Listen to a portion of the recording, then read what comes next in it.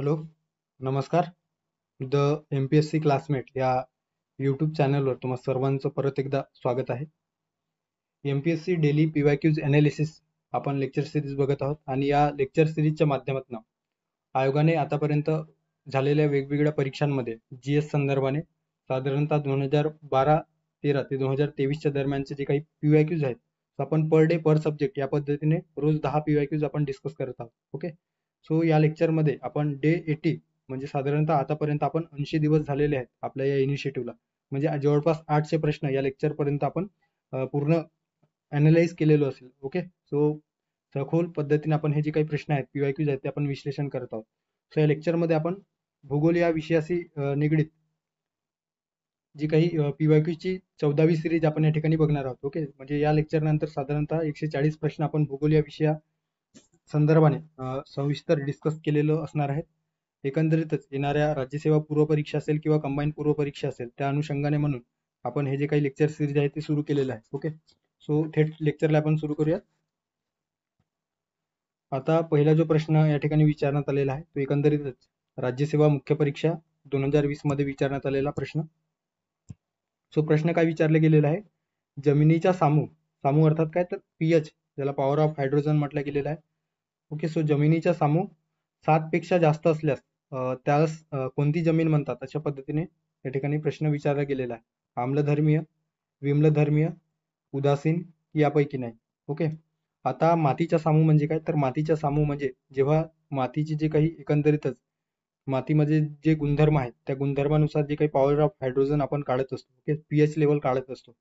So आम्ल आणि विम्ल ती जमीन आम्लधर्मी आहे की आम्लारी धर्मी आहे किंवा अल्कलिनिटी त्याच्यामध्ये जास्त आहे किंवा ऍसिडिक आहे अशा पद्धतीने आपण जेव्हा त्या जमिनीचं एकंदरीत परीक्षण करत असतो, ओके, तपासणी करत असतो, तर त्याचे जे काही मूल्य आपल्याला मिळत असतात ते साधारणतः 0 ते 14 या जी काही स्केल आहे pH स्केल त्याच्यामध्ये आपण हे काढत असतो. ओके, आणि समजा त्या जमिनीचं जर मूल्य साधारणतः 7 असेल, ओके, 7 या अंकावर स्थिर असेल तर आपण त्याला उदासीन, ती जमीन उदासीन आहे अशा पद्धतीने आपण म्हणत असतो. आणि 7 पेक्षा खाली असेल तर त्याच्यामध्ये आम्लधर्मी किंवा ऍसिडिक इन नेचर आहे आपण म्हणत असतो. ओके, सो ती जमीन ऍसिडिक इन नेचर आहे.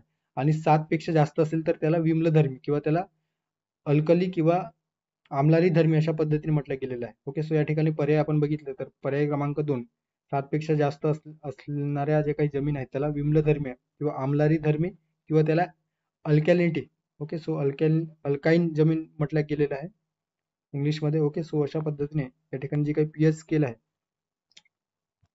सो या अल्काईन, त्यानंतर आहे ऍसिडिक, ओके, आणि 7 असेल तर न्यूट्रल अर्थात उदासीन. सो एकंदरीतच जमिनीच्या एकंदरीत पोषण घटक जे आहे त्यावरून हे जे काही ऍसिडिक आणि बेसिस जे आपण काढत असतो, ओके, सो त्यालाच या ठिकाणी सामू म्हटलं गेलेलं आहे. सो पर्याय क्रमांक 2 या प्रश्नाचं योग्य पर्याय असणार आहे विम्लधर्मीय अर्थात आम्लारी धर्मी. ओके, त्यानंतर इतर इन्फॉर्मेशन देखील या ठिकाणी दिलेलं आहे, ते तुम्ही वाचून घ्या. ओके, स्क्रीनशॉट वगैरे घेऊन.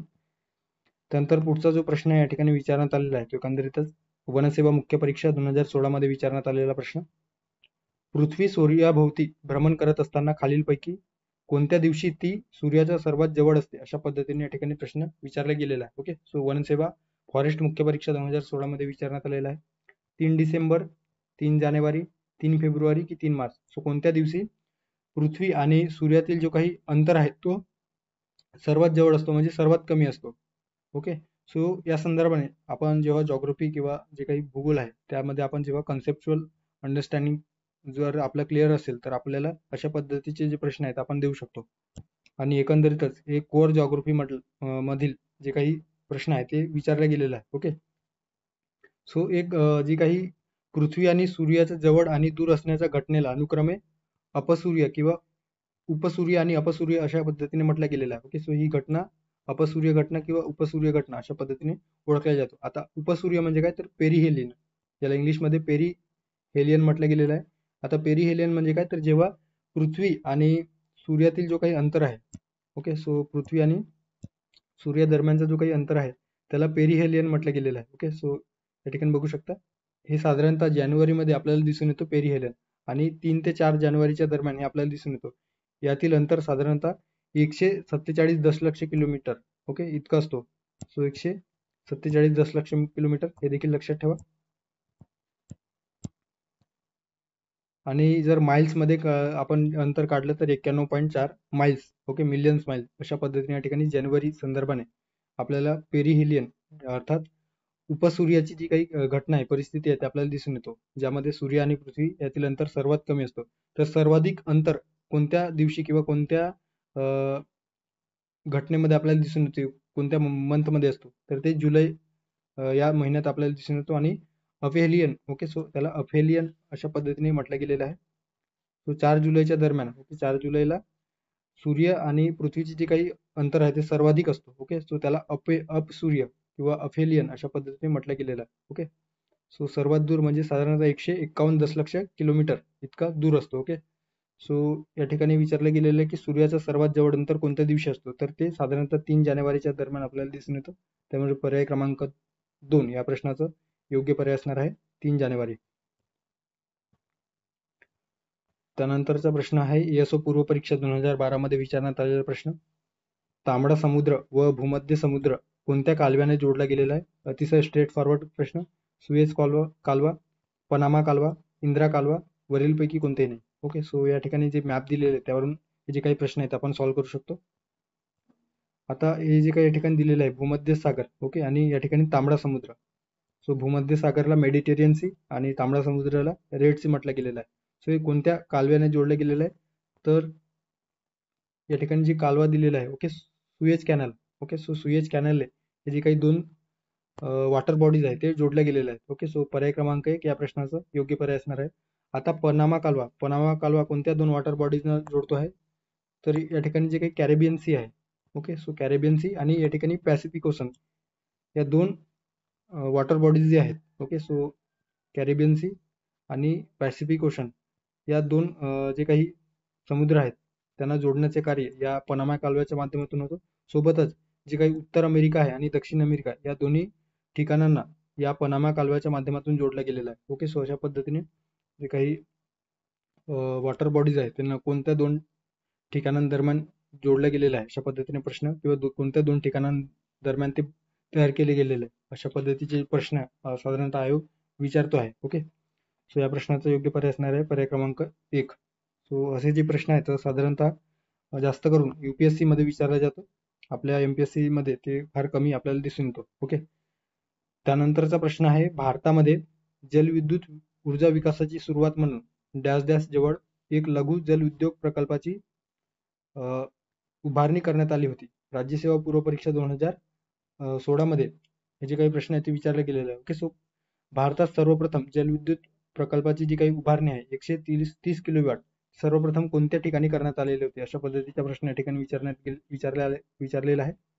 दार्जिलिंग पश्चिम बंगाल 1987, राऊतभाटा राजस्थान 1896, काकरापारा गुजरात 1809 आणि चौथा पर्याय आहे नरोरा उत्तर प्रदेश 1839. ओके, सो या ठिकाणी जे काही दिलेलं आहे इन्फॉर्मेशन वरून, तर सर्वात आधी अमेरिकेमध्ये 1882 मध्ये पहिली जलविद्युत प्रकल्प उभारणी करण्यात आलेली आहे. ओके, सो अमेरिकेनंतर जगातील पहिला अशा पद्धतीचा जलविद्युत प्रकल्प अमेरिकेमध्ये उभारण्यात आलेला आहे 1882 मध्ये. ओके, त्यानंतर 10 नोव्हेंबर 1897 मध्ये भारतामध्ये, ओके, अमेरिकेनंतर तद्वतच भारतामध्ये 1897 मध्ये,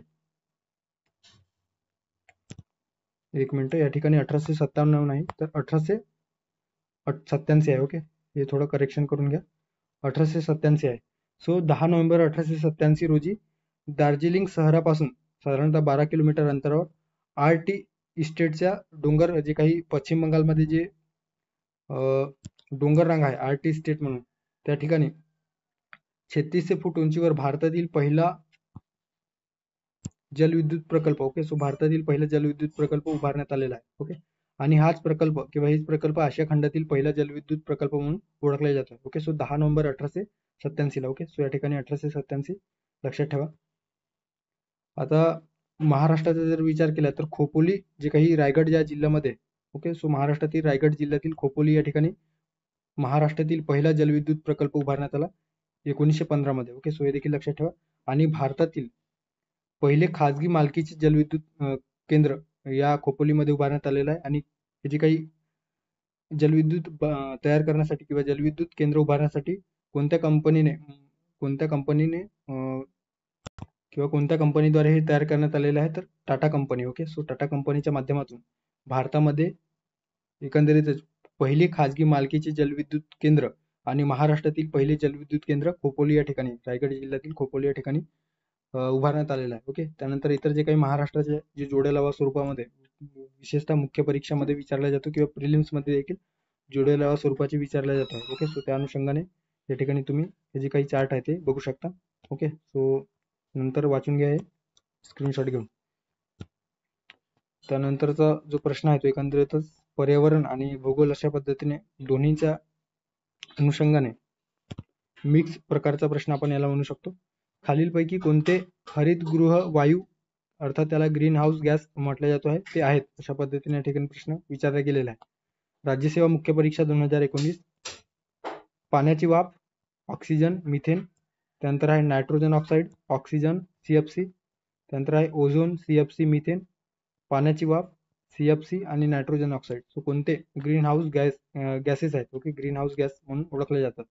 फक्त आणि ब बरोबर, फक्त क आणि ड बरोबर, फक्त आणि ड बरोबर, वरीलपैकी सर्व. आता ग्रीन हाऊस गॅसेसमध्ये म्हणजे जे काही ज्या वायूचं प्रमाण जर आपल्या पृथ्वी स्तरावर किंवा भूपृष्ठावर जर जास्त झालं तर त्याचा निगेटिव्ह इम्पॅक्ट आपल्या एकंदरीत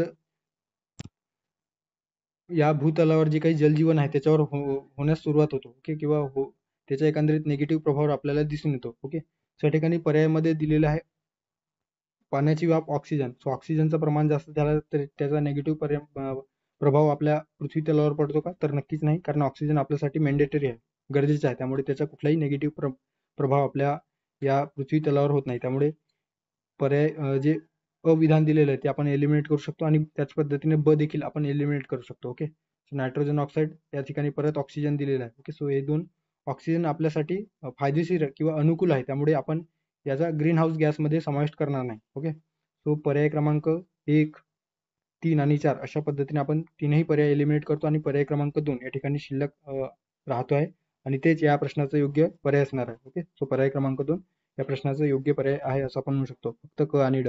ओके, आता ग्रीन हाऊस गॅसेसमध्ये कोणत्या गॅसेसचा समावेश आहे, तर आपल्या पृथ्वीभोवती एक जे काही अदृश्य आवरण आहे त्यामध्ये वेगवेगळे एकंदरीत गॅसेस आपल्याला दिसून येतात. ओके, आणि त्यांनाच जे गॅसेस आहेत त्यांना आपण ग्रीन हाऊस गॅसेस म्हणत असतो. आणि हे गॅसेस जर योग्य प्रमाणामध्ये असले तर आणि संतुलित प्रमाणामध्ये असले तर आपल्या पृथ्वी तलावर त्यांचा कुठलाही निगेटिव्ह इम्पॅक्ट होत नाही. मात्र जर त्यांचे वायूचे प्रमाण जर वाढले असेल तर असंतुलित हरितगृह प्रमाण दिसून येतात. ओके, एकंदरीत त्याचा निगेटिव्ह प्रभाव आपल्या जलजीवनावर होताना आपल्याला दिसून येतो. ओके, सो त्यामध्ये कुठले गॅसेस आहेत, तर कार्बन डायऑक्साईड, मिथेन CH4, त्यानंतर nitrate oxide. Okay, so nitrogen oxide, त्यानंतर आहे ओझोन O3, पाण्याची बाष्प H2O, याच्यामध्ये फ्लोरिनेटेड वायू सल्फर हेक्झा फ्लोराईड, त्यानंतर हायड्रोफ्लोरोकार्बन आणि CFC. ओके, क्लोरोफ्लोरोकार्बन यांचा समावेश होतो आहे. आता या ठिकाणी दिलेलं आहे क मध्ये ओझोनचा आहे का, तर ओझोन नक्कीच हरितगृह वायू आपल्याला दिसून येतो, green house gases CFC. Okay, chlorofluorocarbon हे देखील आहे, मिथेन अर्थात CH4 हे देखील आहे. ओके, पाण्याची वाफ सो H2O देखील पाण्याची वाफ जे आहे त्याच्यामध्ये जे पार्टिकल्स आहेत त्याच्यामध्ये फ्लोरिनेटेड वायू सल्फर हेक्झा फ्लोराईड, हायड्रोफ्लोरोकार्बन आणि CFC क्लोरोफ्लोरोकार्बन यांच्यामध्ये समावेश होतो, CFCचा समावेश होतो. नायट्रोजन ऑक्साईड हे देखील आपल्याला हरितगृह वायू असल्याचे दिसून येतो. ओके, आता ते कुठून जे काही हे हरितगृह वायू आहे ते कुठून त्यांचा एकंदरीतच तयार होतो आहे ते या ठिकाणी दिलेलं आहे. Okay, carbon dioxide, methane, nitrate oxide, fluorocarbons. Okay, CFCs. So हे जे काही या ठिकाणी इन्फॉर्मेशन दिलेलं आहे ते तुम्ही वाचून घ्या. सो पर्याय क्रमांक 4 या पर्याय क्रमांक 2 क आणि ड योग्य पर्याय असणार आहे. त्यानंतरचा प्रश्न जोड्या स्वरूपात राज्यसेवा पूर्व परीक्षा 2019 मध्ये विचारण्यात आलेला प्रश्न. पर्वतीय मृदा, काळी मृदा, वाळवंटी मृदा आणि जांभी मृदा. ओके, आणि एकीकडे ते मृदेचे प्रकार दिलेले आहे आणि त्या मृदेमधून जे काही पिकं घेतली जातात ते दुसरीकडे दिलेले आहे, ज्याच्यात भरड धान्य, काजू, सफरचंद, कापूस. ओके, आता तुम्हाला माहितीच असेल काळी कापसाची मृदा, आपण काळी मृदेला कापसाची मृदा म्हणत असतो. ओके, तर जर आपण ब ला 4 नंबरचं जर पर्याय लावलं किंवा ब ला 4 नंबरची जी जोडी आहे ते आपण लावलं तर आपल्याला योग्य पर्याय सहजपणे मिळू शकतो. ओके, सो बोला 4 नंबरची जोडी, अर्थात काळी मृदा जी आहे ती कापसासाठी प्रसिद्ध आहे. सो या ठिकाणी जर आपण बघितलं तर या पर्याय 4 नाही, यात देखील यात नाही आहे. त्यानंतर पर्याय क्रमांक 3 मध्ये देखील आपल्याला चौथ्या नंबरची जोडी दिसत नाही. सो पर्याय क्रमांक 4 या प्रश्नाचं योग्य पर्याय असणार आहे. ओके. आता या ठिकाणी जे काही वेगवेगळे मृदेचे प्रकार आहेत, पर्वतीय मृदा, विशेषतः पर्वतीय प्रदेशात आढळणारी, ओके, थंड हवामानामुळे यामध्ये जे काही एकंदरीत या जमिनीचा जो काही पोषक तत्व आहे ते तितक्या प्रमाणामध्ये डेव्हलप होत नाही. ओके. त्यामुळे नापीक स्वरूपाची एकंदरीत ही जमीन आपल्याला दिसून येतो. यामध्ये नत्र, नायट्रोजन आणि ह्युमसचे प्रमाण काहीसा आपल्याला जास्त प्रमाणामध्ये दिसून येतो. तर जमिनीमध्ये पोटॅश, ओके, अर्थात पोटॅशियम, फॉस्फरस आणि चुनखडीचे प्रमाण कमी प्रमाणात दिसून येतो. यामध्ये बटाटे, गहू, बार्ली, मक्याची जी काही पर्वतीय प्रदेशामध्ये हे जे काही पिकं आहेत ते घेतली जातात. ओके. त्यामध्ये फळ पिकांमध्ये सफरचंद, त्यानंतर बदाम, अक्रोड, जर्दाळू, पीच आणि लिची अशा पद्धतीची फळ पिके देखील घेतली जातात. ओके. सो या ठिकाणी पर्वतीय मृदा सफरचंदासाठी ओळखले जातो. ओके. सो सफरचंद या पर्वतीय मृदेमध्ये घेतले जातो. त्यानंतर काळी मृदा, कापसाची मृदा, आपल्याला माहितीच आहे, आपला जे काही बेसाल्ट खडकापासून महाराष्ट्र पठार बनलेलं आहे त्याच्यामध्ये मोठ्या प्रमाणामध्ये काळी मृदा जी आहे, ज्याला रेगूर मृदा देखील म्हटलं गेलेलं आहे. सो त्यामध्ये आपण कापूस हे जे काही पीक आहे ते आपण घेत असतो. ओके. त्यानंतर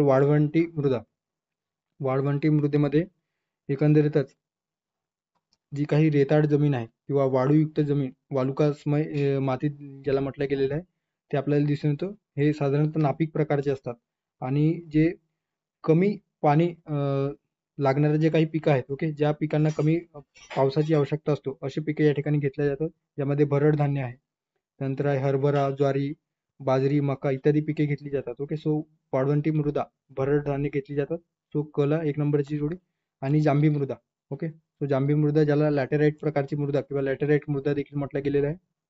सो यामध्ये सेंद्रिय पदार्थाचे प्रमाण कमी असतो आणि ह्युमस तर अजिबात या ठिकाणी दिसून येत नाही. ओके. जे काही ह्युमस आहे ते आपल्याला खूप नगण्य प्रमाणामध्ये दिसून येतो. आता ही जी काही मृदा आहे, लॅटेराइट प्रकारची मृदा, यामध्ये चहा, कॉफी, रबर, काजू तसेच आंबे हे इत्यादी लागवडीसाठी प्रसिद्ध आहे. ओके. सो जांभी मृदा या ठिकाणी दिलेलं आहे. जांभी मृदेला काजू हे जे काही पिकं आहेत त्या ठिकाणी घेतली जातात. ओके. आणि जांभी मृदा विशेषतः आपल्या महाराष्ट्रामध्ये कोकण किनारपट्टीवर आपल्याला दिसून येतो. ओके. सो या इमेजच्या सहाय्याने देखील तुम्ही कुठल्या मृदेमध्ये कुठलं पिकं घेतली जातात हे लक्षात ठेवू शकता. ओके. सो पुढे जाऊयात. त्यानंतरचा प्रश्न आहे हवामानासंदर्भाने एकंदरीतच डॉक्टर त्रिवार्ता यांचा हवामान वर्गीकरणाप्रमाणे सिंधुदुर्ग जिल्ह्यात कोणते हवामान आढळते, अशा पद्धतीचा प्रश्न राज्यसेवा मुख्य परीक्षा 2020 मध्ये विचारण्यात आलेला आहे. PM, BSH, CSS वरीलपैकी कुठलेही नाही. ओके. आता Glen Thomas Trewartha, okay, doctor Glen Thomas Trewartha यांनी एक आपल्याला अमेरिकन भूगर्भ तज्ञ दिसून येतात आणि महाराष्ट्राचे त्यांनी 3 हवामान विभागामध्ये जे काही वर्गीकरण आहे ते त्यांनी केलेलं आहे. कुठले 3 हवामान विभाग आहेत तर उष्णकटिबंधीय मोसमी वनांचा हवामान विभाग, ज्याला AM म्हटलं गेलेलं आहे. त्यानंतर आहे उष्णकटिबंधीय शुष्क हवामान किंवा स्टेप हवामान, ज्याला BS म्हटलं गेलेलं आहे. आणि तिसरा आहे उष्णकटिबंधीय दमट व कोरडे किंवा सवाना हवामान विभाग, ज्याला AW म्हटलं गेलेलं आहे. ओके. सो आता जे काही मोसमी हवामान विभाग आहे, ओके, ज्याला AM म्हटले गेले आहे, ते आपल्याला विशेषतः कोकण किनारपट्टीचा प्रदेश आणि सह्याद्रीच्या जो काही पश्चिम किनारवर्ती भागामध्ये आपल्याला जे काही AM प्रकारचे किंवा उष्णकटिबंधीय मोसमी हवामानाचा विभाग आपण म्हणू शकतो. ओके. ज्याच्यामध्ये सिंधुदुर्ग जिल्ह्याचा देखील समावेश होतो आहे. ओके. त्या ठिकाणी सिंधुदुर्ग जिल्ह्यात कुठल्या प्रकारचे हवामान विभाग सापडतो किंवा आढळत आहे. तो पर्याय क्रमांक 1 या ठिकाणी योग्य पर्याय असणार आहे AM प्रकारचा. आणि मराठवाडा किंवा पश्चिम महाराष्ट्रामध्ये विशेषतः BSH किंवा BS प्रकारचे, ज्याला स्टेप हवामान विभाग किंवा शुष्क किंवा कोरडे हवामान विभाग म्हटलं गेलेलं आहे. सो हे आपल्याला मराठवाड्यामध्ये आणि पश्चिम महाराष्ट्रामध्ये आपल्याला दिसून येतं. तर उर्वरित जे काही विदर्भ आहे आणि पूर्वेकडचा महाराष्ट्रातील पूर्वेकडचा भाग आहे त्यामध्ये आपल्याला दमट व कोरडे तसेच सवाना प्रकारचे हवामान विभाग आपल्याला दिसून येतात, ज्याला AW या सांकेतिक चिन्हाने दर्शवलं गेलेलं आहे. ओके. सो या ठिकाणी AW, so AM, BS, AW. Okay. So अशा पद्धतीने लक्षात ठेवू शकता. जास्त प्रमाणात जास्त पावसाचा प्रदेश एकंदरीत AM प्रकारचे हवामान विभागामध्ये दिसून येते. त्यानंतर संक्रमण प्रदेश म्हणजे काय, तर या सह्याद्री पट्ट्यामुळे किंवा सह्याद्री पर्वताच्या भागामुळे त्या ठिकाणी जो काही हवामानामध्ये कशा पद्धतीने बदल होतो ते या ठिकाणी संक्रमणाचा प्रदेश म्हणून दिलेला आहे. नंतर पर्जन्य छायाचा प्रदेश, या ठिकाणी BS प्रकारचा जो आहे तो पर्जन्य छायाचा किंवा वर्षणग्रस्त किंवा दुष्काळजन्य जो काही प्रदेश आहे ते आपण या ठिकाणी म्हणू शकतो. आणि निश्चित पाऊस असलेला प्रदेश, so AW. Okay, so AW प्रकारचा निश्चित हवामानाचा प्रदेश. ओके, सो हे पर्याय क्रमांक 1 या प्रश्नाचं योग्य पर्याय असणार आहे AM. त्यानंतरचा प्रश्न आहे नर्मदा व महानदीमध्ये खालीलपैकी कोणत्या पर्वतरांगा जलविभाजक म्हणून आहेत. ओके, सो PSI पूर्व परीक्षा 2013 मध्ये विचारण्यात आलेला प्रश्न. सातपुडा व महादेव डोंगररांग, सातपुडा व मैकल डोंगररांग, त्यानंतर आहे फक्त मैकल किंवा फक्त महादेव डोंगररांग. ओके, सो आता नर्मदा व महानदीच्या दरम्यान, ओके, सो जर आपण मॅप मध्ये बघितलं तर या ठिकाणी जी काही नर्मदा नदी आहे ते नर्मदा नदी एकंदरीतच जो वाहण्याचा फ्लो आहे सो अशा पद्धतीने या ठिकाणी महानदी, ओके, सो महानदीचा जो प्रवाह आहे तो अशा पद्धतीने दिलेला आहे. आणि नर्मदा नदी जी आहे ती एकंदरीतच अशा पद्धतीने सातपुडा पर्वत रांगेच्या माध्यमातून, ओके, सातपुडा आणि विंध्य पर्वत रांगेच्या मधातून ती वाहते. ओके, पश्चिमेकडे वाहते. आणि जी काही महानदी आहे ती एकंदरीतच, एक मिनिट, सो या ठिकाणी अशा पद्धतीने महानदी छत्तीसगड बॉर्डर तयार करत एकंदरीत दक्षिणेकडे वाहतोय. ओके, सो आता या दरम्यान जी काही पर्वत रेंज आहे किंवा पर्वतरांग आहे ते या ठिकाणी मैकल पर्वतरांग आपल्याला दिसून येतो. ओके, सो मैकल पर्वतरांग या दोन नद्यांच्या दरम्यान, ओके, नर्मदा आणि महानदींच्या दरम्यान स्थित असल्याचे दिसून येतो. आणि म्हणूनच या दोन नद्यांच्या दरम्यान जलविभाजक म्हणून कार्य कुठल्या पर्वतरांग करत असतो, तर पर्वत मैकल. ओके, सो मैकल पर्वतरांग हे करत असतो.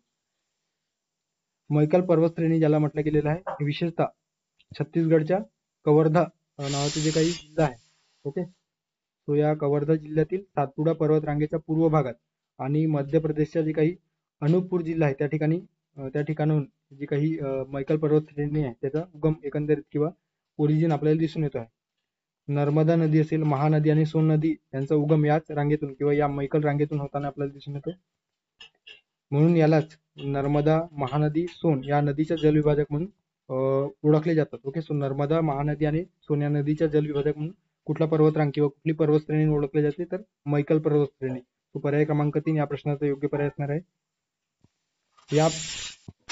या पर्वत श्रेणीमध्ये सर्वाधिक उंचीचा जो काही शिखर आहे तो अमरकंटक पर्वत किंवा अमरकंटक शिखर सर्वोच्च शिखर या ठिकाणी आपल्याला दिसून येतो. या दरम्यान किंवा या पर्वत श्रेणीमध्ये कान्हा नॅशनल पार्क हे देखील या सातपुडा प्रदेशातील मैकल टेकड्यांमध्ये आपल्याला दिसून येतो. ओके, सो मध्य प्रदेशातील कान्हा नॅशनल पार्क या ठिकाणी स्थित आहे. अशा पद्धतीने या प्रश्नाचा योग्य पर्याय आहे पर्याय क्रमांक 3 मैकल. त्यानंतरचा प्रश्न आहे लिंग गुणोत्तर. महाराष्ट्रातील 2011च्या जनगणनेनुसार लिंग गुणोत्तराच्या प्रमाणावर या ठिकाणी प्रश्न किंवा जोड्या स्वरूपात प्रश्न विचारला गेलेला आहे. या ठिकाणी जिल्हे दिलेले आहे नाशिक, चंद्रपूर, रत्नागिरी, सिंधुदुर्ग. आता जेव्हा आपण महाराष्ट्रातील 2011च्या जनगणनेनुसार लोकसंख्या अभ्यासतो तर त्यामध्ये लिंग गुणोत्तर हे जे काही प्रकरण आहे किंवा टॉपिक आहे ते आपण अभ्यासत असतो. सो एकंदरीतच या ठिकाणी ते महाराष्ट्राच्या लिंग गुणोत्तराबाबत दिलेलं आहे. 2011च्या जनगणनेनुसार महाराष्ट्रात एकंदरीत लिंग गुणोत्तर दर 1000 पुरुषांमागे 929 स्त्रिया असल्याचे आपल्याला दिसून येतो. ओके, सो 1000 पुरुषांमागे 929 स्त्रिया. आणि राष्ट्रीय स्तरावर त्याचं प्रमाण विचारात घेतलं तर 943 असले आहे. ओके, सो एकंदरीतच देशातील लिंग गुणोत्तराच्या प्रमाणापेक्षा आपल्या महाराष्ट्रातील लिंग गुणोत्तराचे जे प्रमाण आहे ते कमी असल्याचे दिसून येतो. ओके, सो भारतीय स्तरावर महाराष्ट्राच्या लिंग गुणोत्तराच्या बाबतीत 22वा क्रमांक दिसून येतो आहे. ओके, 2001 ते 2011च्या दरम्यान जे काही महाराष्ट्रातील लिंग गुणोत्तर आहे त्याच्यामध्ये किती बदल झालेला आहे, तर 2001 मध्ये 922 होतं, तर 2011 मध्ये 929 झालेलं आहे. म्हणजे 7 पॉईंटने वाढ झाल्याचे आपल्याला दिसून येतो. प्रशासकीय विभागानुसार कोणत्या प्रशासकीय विभागामध्ये सर्वाधिक लिंग गुणोत्तराचे प्रमाण आपल्याला दिसून येतो आहे, तर नागपूर. ओके, 964, त्यानंतर अमरावती, त्यानंतर पुणे आणि सर्वात कमी कोकण. ओके, 894.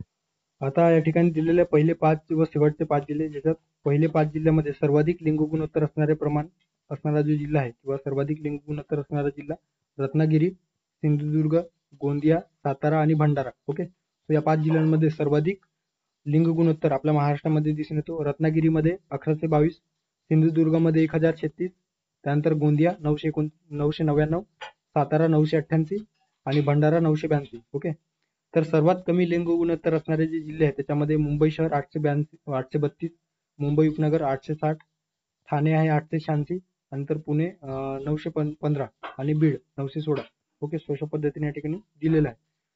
सो जर आपण जोड्या लावा स्वरूपात या ठिकाणी जे प्रश्न विचारले आहेत त्याच्यात आपण जर सिंधुदुर्ग किंवा रत्नागिरी जे दिलेले आहे त्याच्यामध्ये आपण बघितलं तर रत्नागिरीला आपण बघितलं सर्वाधिक लिंग गुणोत्तर कुठल्या जिल्ह्यामध्ये आहे तर रत्नागिरी.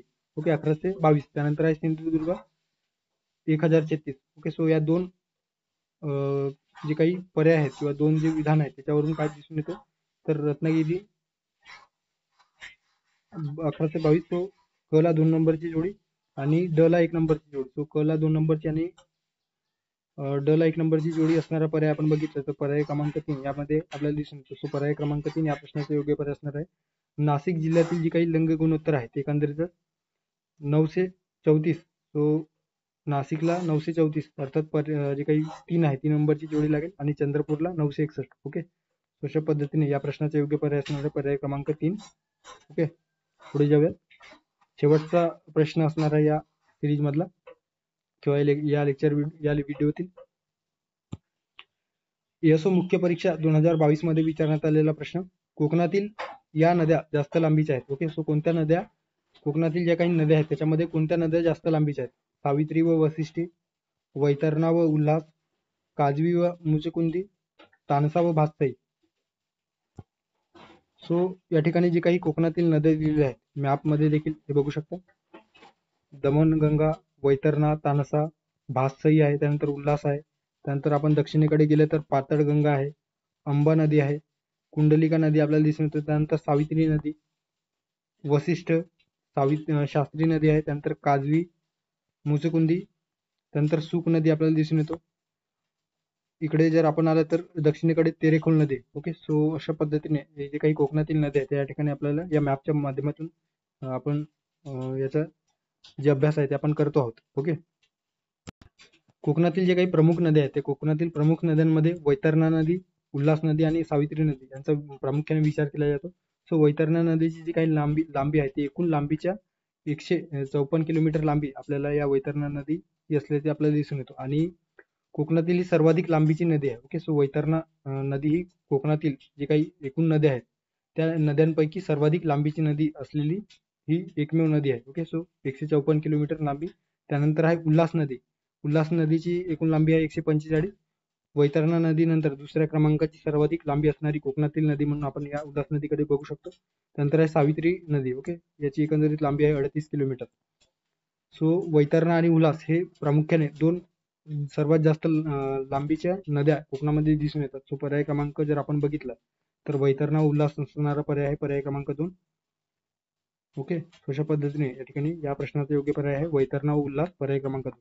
त्यानंतर या ठिकाणी जे काही कुठल्या नदीवर जे काही कोकणातील नद्या आहेत त्या कुठल्या नदीवर कोणत्या खाड्या आहेत आणि कोणत्या जिल्ह्यामध्ये आपल्याला दिसून येतात त्या संदर्भाने दिलेलं आहे ते तुम्ही नंतर वाचून घ्या. ओके, तो स्क्रीनशॉट घेऊन ठेवा. रिव्हिजन किंवा पेपरच्या वेळेस हे एकदा डोळ्याखालून जर आपण वाचून काढलेलं असेल तर ते आपल्याला लक्षात राहतं. ओके, सो या ठिकाणी आपण 10 प्रश्न भूगोला संदर्भाने सविस्तर डिस्कस केलेला आहे. ओके, सो जे काही प्रश्न आहेत ते आपण आपल्या PYQ बॅच मध्ये क्विज बॅच जी आहे त्याच्यामध्ये आपण पोस्ट करतो आहोत.